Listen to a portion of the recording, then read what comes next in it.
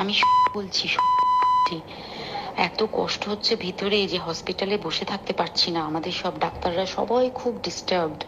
আজকে তো ওপিডি বন্ধ রাখা হয়েছে।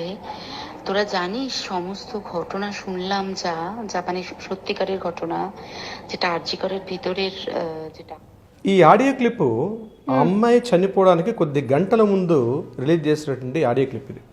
తన ఫ్రెండ్తో మాట్లాడుకుంటుంది. ఈ కాలేజీలో జరుగుతున్న దుర్మార్గం ఏం జరుగుతుంది, ఈ కాలేజీలో కొన్ని అక్రమాలు జరుగుతున్నాయి, ఈ కాలేజీ ప్రిన్సిపాల్ హెడ్ ఎవరైతే సందీప్ ఘోష్ ఉన్నారో అతను లంచగొండి స్టూడెంట్స్ దగ్గర ఫీజుల రూపంలో కొంత మనీని వసూలు చేస్తున్నాడు. ఈ కాలేజీ ప్రిన్సిపాల్ రాజకీయ సంబంధాలు బాగా ఎక్కువగా ఉన్నాయి కాబట్టి ఇతన్ని ఎదిరించడం చాలా కష్టం. ఈ కాలేజ్ జరగకూడని చాలా అనర్థాలు జరుగుతున్నాయని ఆ అమ్మాయి స్పష్టంగా తన ఫ్రెండ్తో మాట్లాడుతున్నటువంటి ఆడియో క్లిప్ అనేది ఇతను రిలీజ్ అయింది. ఎప్పుడైతే రిలీజ్ అయిందో ఇది కొత్త ట్విస్ట్లకు దారితీస్తుంది. అంటే ఏ రకంగా అంటే కాలేజీలో ఇప్పటివరకు అత్యంత పురాతన కాలేజ్, ఈ కాలేజీలో ముఖ్యంగా హ్యూమన్ ట్రాఫికింగ్ అయితేనేమి, అవయవాల యొక్క మార్పిడి కావచ్చు, ఇదే కాకుండా ఈవి టీజింగ్ కేసులు, ముఖ్యంగా 75% ఆఫ్ మెడికల్ స్టూడెంట్స్ ఈరోజు ఈవి టీజింగ్ గురవుతున్నారని సర్వేలు చెప్తున్నాయి. ఈరోజు ఈ కాలేజీలో ఈ దారుణ సంఘటన జరుగుతున్నాయి. ఇది కాకుండా ఆ అమ్మాయికి 36 అవర్స్ పాటు ట్రైనింగ్ డ్యూటీ వేశారు. ఎక్కడ జరగని పని అది. అంటే ఇది ఒకసారి మనం చూసుకున్నట్లయితే ప్లానింగ్ ప్రకారంగా జరిగింది అని చెప్పొచ్చు. ఎగ్జాక్ట్లీ. అమ్మాయి ట్రైనింగ్ డ్యూటీ అంటే ఎవరు? ఎంబీబీఎస్ కంప్లీట్ చేసుకున్న తర్వాత పీజీలోకి వస్తారు. పీజీలో స్పెషలైజేషన్ చేస్తారు. స్పెషలైజేషన్ ఏదో కార్డియో, న్యూరాలజిస్ట్ ఏదో స్పెషలైజేషన్ ఉంటుంది. ఈ అమ్మాయి అటువంటి స్పెషలైజేషన్ చేస్తూ తన డ్యూటీ ఉండాలి. ఈవినింగ్ 7:30, 8 o'clock డ్యూటీ అయిపోయిన తర్వాత కూడా ఈమె నైట్ మిడ్నైట్ 12 వరకు ఉంది. అయితే ఈ 8 o'clock నుంచి 12 o'clock మధ్య జరిగిన సంఘటన ఏంటంటే తనకి కేవలం తన ఒక్కతే లేదు, తనతో పాటు 4 male MBA doctors, female doctors ఉన్నారు.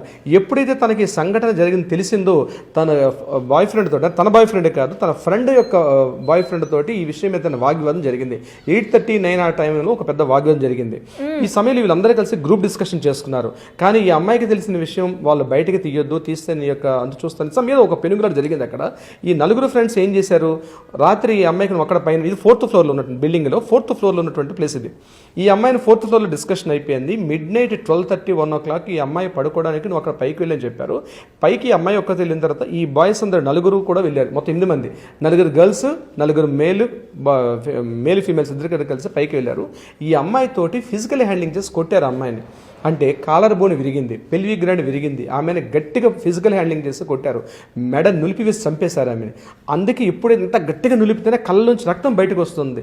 ముఖ్యంగా నోటి నుంచి రక్తం రావడం, ముక్కు నుంచి రక్తం రావడం అంది. అంత గట్టిగా ప్రెస్ చేస్తేనే ఆమె థైరాయిడ్ గ్లాండ్స్ కూడా బ్రేక్ అయిపోయి ఉన్నాయి. పోస్ట్ మార్టంలో వాళ్ళు ఇచ్చిన రిపోర్టు. ఈ సంఘటన జరిగింది. వీళ్ళు కొట్టారు, కొట్టి బయటకు వచ్చేసారు. ఈ సంఘటన ఇది జరిగిన సంఘటన. వీళ్ళు 4 కిందకు వచ్చారు, మళ్ళీ మద్యం సేవించారు. నెక్స్ట్ జరిగిపోయింది ఏం తెలియక మళ్ళీ మార్నింగ్ క్లాస్కి అటెండ్ అయిపోయి. ఇది యాక్చువల్ జరిగిన సంఘటన. పేరెంట్స్కి ఏం చేస్తారు, మార్నింగ్ డైలీ ఆ రోజు నెక్స్ట్ మార్నింగ్ 9 o'clock నుంచి జరిగిన సంఘటనలు గంటకి వెళ్ళి పేరెంట్స్ కన్ఫర్మ్ చేశారు. అవుట్ పోస్ట్ దగ్గర సెక్యూరిటీ అలర్ట్ చేశారు. సంఘటనా స్థలాన్ని ఇమీడియట్గా దాన్ని క్యాప్చర్ చేశారు. ఫోరెన్సిక్ వాళ్ళు వచ్చారు, డిఎన్ఏ టెస్ట్ వాళ్ళు వచ్చారు, వేలిముద్ర నిపుణులు వచ్చారు. అక్కడ నుండి ఆ ప్రదేశం జరిగినటువంటి అన్నింటిని కూడా అలర్ట్ చేసి తీసుకున్నారు. ఇంతేకాకుండా అరౌండ్ 1 o'clock పేరెంట్స్ అలౌ చేసింది. పేరెంట్స్ చూసినటువంటి సంఘటన ఏంటంటే అక్కడ ఒక వ్యక్తి జరిగిన రేపు కాదు, ఇది గ్యాంగ్ రేప్ జరిగింది. ఆమె మీద దేహం మీద చాలా గాయాలు ఉన్నాయి. ఫిజికల్ గాయాలన్నీ చాలా ఉన్నాయి. ఆమె పొట్ట మీద, ఆమె చెస్ట్ మీద చాలా గాయాలన్నీ కూడా వాళ్ళు అబ్జర్వ్ చేశారు. ఇది ఇమీడియట్గా ఏం చేసేది, పోలీసులతో కాదని చెప్పి మ్యాజిస్ట్రేట్కి వాళ్ళు రిఫర్ చేశారు. మ్యాజిస్ట్రేట్ వచ్చిన తర్వాత నెక్స్ట్ డే మార్నింగ్ ఏం చేశారు, 9వ తారీఖు తర్వాత 10వ తారీఖు నాడు హైకోర్టుకి అప్పీల్ చేసుకున్నారు. మాకు లోకల్ పోలీసుల మీద మాకు ఎటువంటి నమ్మకం లేదు కాబట్టి హైకోర్టు నుంచి మాకు ఇవ్వంటే ఇమీడియట్గా హైకోర్టు కూడా ఏం చేసింది, దీన్ని కరెక్ట్ దర్యాప్తు చేయమని చెప్పి సిబిఐకి రిఫర్ చాలా 2 రోజుల తర్వాత. అయితే ఇది యాక్చువల్ జరిగిన సంఘటన. కానీ మీడియాకి దృష్టిని ఆకర్షించడం కోసం పోలీసులు ఏం చేశారంటే సంఘటనని సంజయ్ రాయ్ మీదకి మళ్లించారు. సంజయ్ రాయ్ అనే వ్యక్తి కేవలం ఒక సివిక్ వాలంటీరు. ఓకే, అతను ఉమనైజరే కావచ్చు. అతన్ని ఒక పిచ్చివాడిగా ఆ యొక్క ప్రదేశాలు ఆయన గుర్తిస్తుంటాయట. ఎప్పుడైతే ఈ అమ్మాయిని అక్కడ ఈ శవంతో ఉన్నటువంటి అమ్మాయి ఉంటే వీడిని పైకి పంపించారు.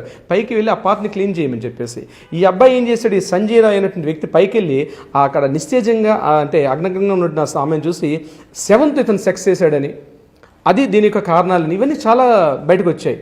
ఇక్కడ మనం గమనించాల్సిన విషయం ఏంటంటే ఆడియో క్లిప్ రిలీజ్ అయిన తర్వాతే ఈ సంఘటనలన్నీ బయటపడ్డాయి. ఓకే, అప్పటి వరకు న్యూస్లో అంతసేపు మనకి సంజయ్ రాయ్ మీదే మిస్గైడ్ చేస్తుంది. ఎంటైర్ నేషనల్ మీడియాని కానీ లోకల్ మీడియాని వాళ్ళు మిస్గైడ్ చేశారు. పోలీసులు మిస్గైడ్ చేశారు అని చెప్పడానికి కారణాలు ఏంటంటే 4 కారణాలుగా మనం చెప్పుకోవచ్చు. నెంబర్ 1 ఏంటంటే, ఒకటి పోలీసులు ఫస్ట్ దీన్ని పేరెంట్స్కి సూసైడ్ కేసు, ఇది అమ్మాయి సూసైడ్ చేసుకుంది ఇన్ఫార్మ్ చేశారు మార్నింగ్ అరౌండ్ 7:30కి. కానీ విషయం ఏంటి, పోలీసులు మరలా సిపి గారు ఒక ప్రెస్ మీట్లో ఏం చెప్తున్నారంటే, మా వైపు నుంచి ఫోన్ వెళ్ళలేదు, ఎవరో ఫ్రెండ్స్ ఫోన్ చేశారు, మేము ఫోన్ చేశారు 9:30కి, మేము సూసైడ్ అని చెప్పలేదు, ఇక్కడ జరిగిందని చెప్పామని వాళ్ళు మిస్గైడ్ చేశారు. ఏది ఆడియో క్లిప్ రిలీజ్ అయిన తర్వాత ఫస్ట్లో ఆడియో క్లిప్ కన్నా బిఫోర్ చెప్పారు.